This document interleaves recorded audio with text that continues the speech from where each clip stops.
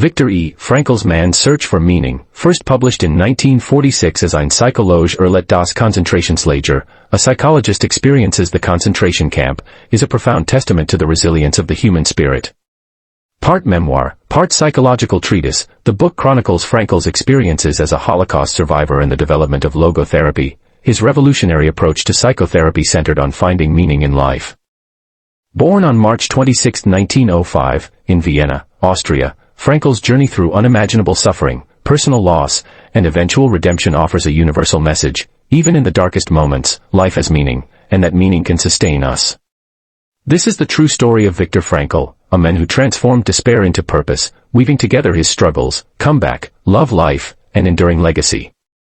Viktor Frankl grew up in Vienna, the intellectual heart of Europe, in a Jewish family of modest means.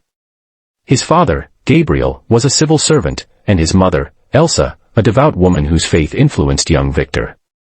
From an early age, he was drawn to questions of meaning and purpose.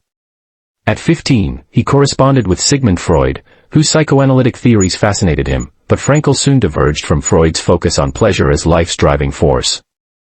Instead, he gravitated toward Alfred Adler's ideas, only to break away again, believing that meaning, not power or pleasure, was the core of human existence. By his 20s, Frankl was a brilliant medical student and psychiatrist, earning his MD and PhD from the University of Vienna. He worked at the Steinhof Psychiatric Hospital, where he developed innovative approaches to treating suicidal patients. In the 1930s, he began formulating logotherapy, derived from the Greek word logos, meaning, which posits that the primary human drive is to find purpose, even in suffering. He established youth counseling centers in Vienna, helping young people navigate despair, and his work gained recognition. But as a Jew in Nazi-occupied Austria, his life was about to be upended. In 1938, Nazi Germany annexed Austria, and Frankl faced increasing persecution. Despite opportunities to flee, he chose to stay, partly due to a pivotal moment in 1941 when he received a U.S. visa but felt compelled to remain with his aging parents. "I knew I couldn't leave them," he later wrote, a decision rooted in love and duty. In 1940, he married Tilly Grosser, a nurse, and their early years together were marked by hope despite the growing shadow of the Holocaust. In September 1942, Frankl's world collapsed. He, his wife Tilly, his parents, and his brother Walter were arrested and deported to the Theresienstadt ghetto. There, Frankl worked as a physician, witnessing the dehumanization of camp life, starvation, disease, and the constant threat of death.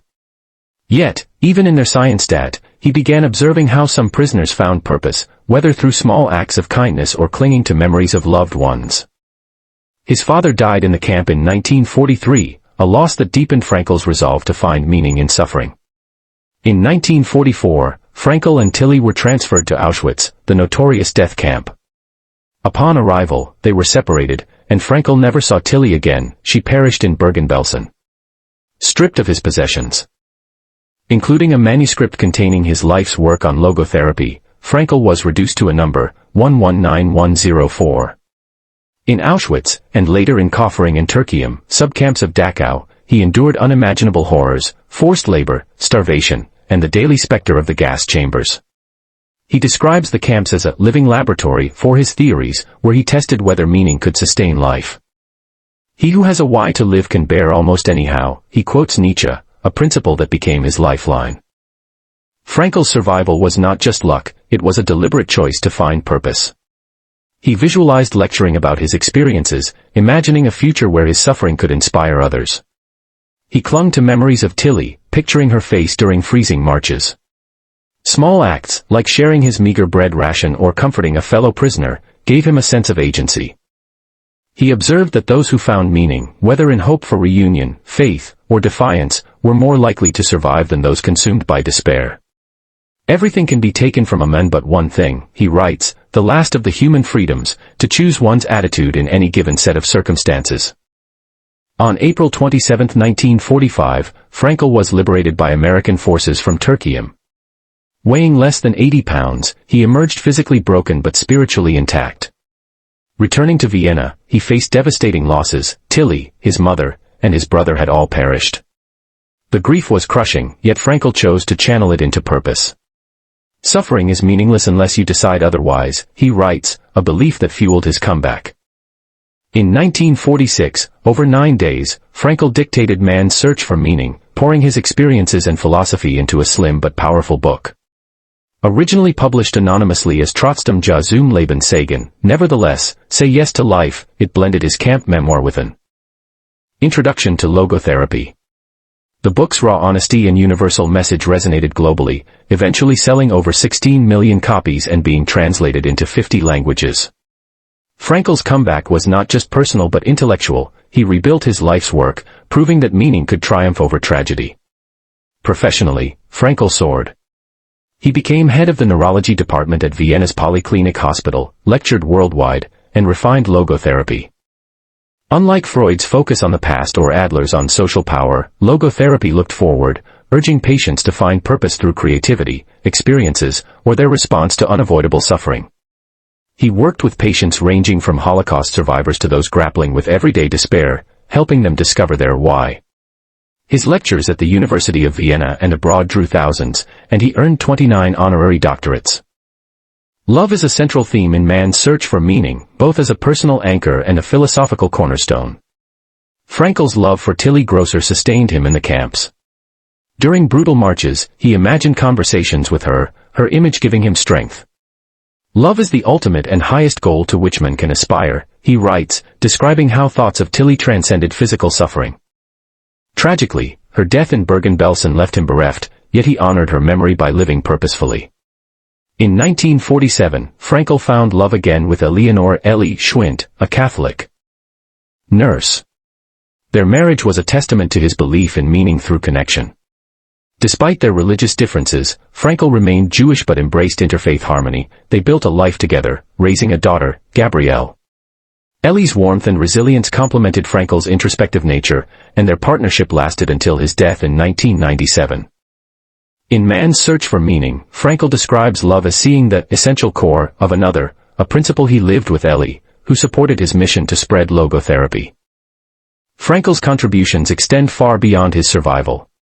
Logotherapy revolutionized psychotherapy, offering a third Viennese school after Freud and Adler. Its principles, finding meaning through purpose, embracing freedom of choice, and accepting suffering as part of life, resonated with millions. Frankl wrote 39 books, including The Doctor and the Soul and the Will to Meaning, but Man's Search for Meaning remains his magnum opus, a beacon for those facing adversity.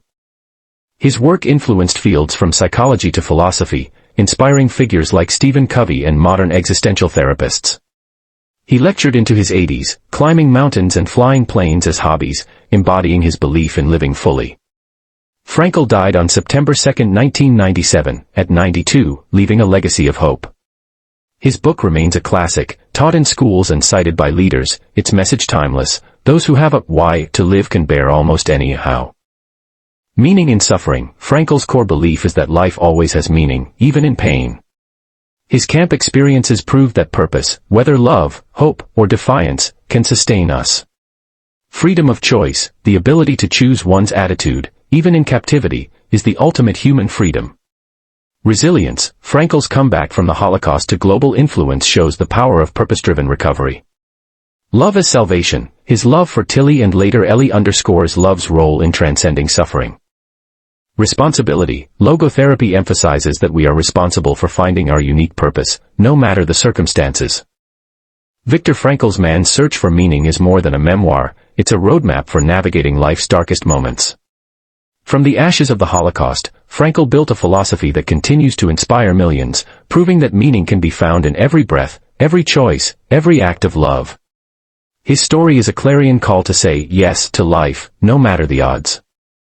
If this story touched your heart and gave you a new way to look at life, then like the video, leave a comment, and share it with someone who needs hope today. And for more soul-stirring, life-changing stories, subscribe to Books Unfold. Because these aren't just book summaries. They are reminders that even in the darkest times, we still have the power to choose light. When you can't change your situation, change the meaning you give to it.